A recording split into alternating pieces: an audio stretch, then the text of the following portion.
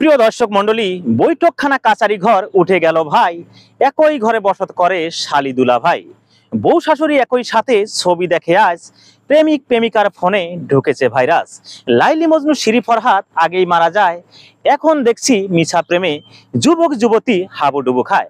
হ্যাঁ প্রিয় দর্শক মন্ডলী, অবশ্যই মনে রাখবেন, ফুল দিয়ে পূজা হয় পাতা দিয়ে নয়, মন দিয়ে ভালোবাসা হয় রূপ দিয়ে নয়।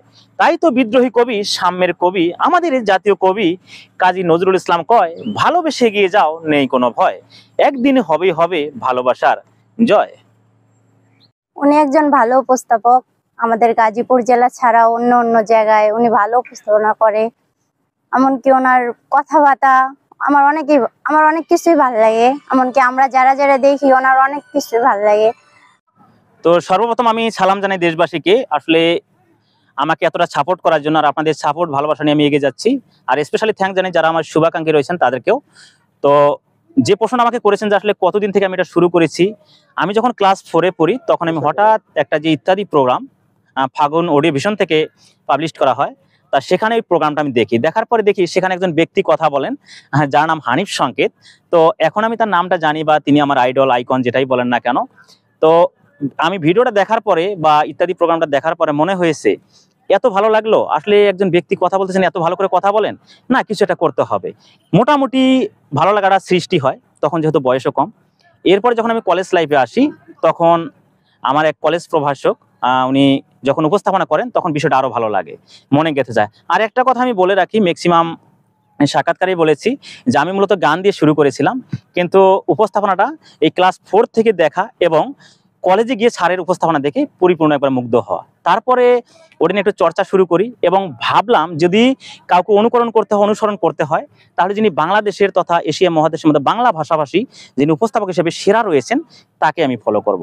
আর তখন থেকে আমি হানিফ সংকেত স্যারের ভিডিওগুলো নিয়মিত দেখি, অনুসরণ করি খুবই যত্ন সহকারে, আর তারপরেই কাজগুলো শুরু করি। আর যখন আমি 2016 সালে গাজীপুরে আসি, উপস্থাপনার জগৎটাকে বেছে নেই, প্রোগ্রামগুলো করি, আর সবাই তখন থেকে একটা টাইটেল দিয়ে বসেন যে বাংলার দ্বিতীয় হানিফ সংকেত। তা মনে হলো যে না, আসলে মানে ভালো হচ্ছে, না হলে কেন মানুষ এই নামটা আমাকে দেবেন। এরপরে দিন দিন যতই গত হয় ততই দেখা যায় আমার প্রোগ্রামগুলো শিডিউল বেড়ে যাচ্ছে, বাজেট বেড়ে যাচ্ছে, দর্শকের ভালোবাসা বেড়ে যাচ্ছে। আর তারপর থেকে দেখা যায় যে বিভিন্ন মিডিয়া যখন আমার সামনে আসেন তখন আরো জনপ্রিয়তা অনেকাংশে বেড়ে যায়। এটা আমি অডিয়েন্সদের উদ্দেশ্যে বলছি, এটা হয়তো আপনাদের কারণে আমার পাওয়া। আর ফাইনালি যে কথাগুলো আমি বলবো, যে আপনারা যদি ভাবে আমাকে নিয়মিত সাপোর্ট করেন, ভালোবাসা দেন, আমার বিশ্বাস আমি একদিন বাংলাদেশের টপ সারির একজন উপস্থাপক হতে পারবো।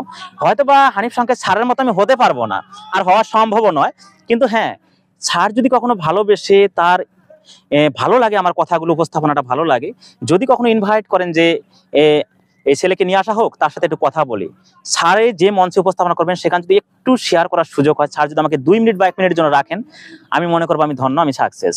তো জানি না এটা হবে কি হবে না, ম্যাক্সিমাম মিডিয়াগুলো বলে যে আসলে কি আপনি হানিফ সংকেত স্যারের সাথে দেখা করতে চান কি না।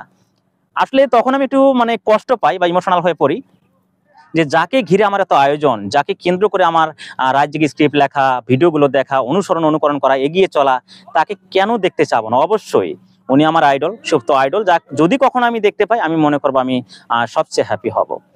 তো আর কিছু কিছু প্রশ্ন হয়তো এখন মেসেঞ্জার বা হোয়াটসঅ্যাপে আসে, বা দেখি যখন আমি চেক করি যে ভাইয়া আপনার সাথে কথা হয় না, অনেক ভালো লাগলো আপনাকে এই জায়গায় দেখলাম, যে হানিফ সংকেত স্যারের মতো উপস্থাপনা করেন, দোয়া রইলো, ভালোবাসা রইলো।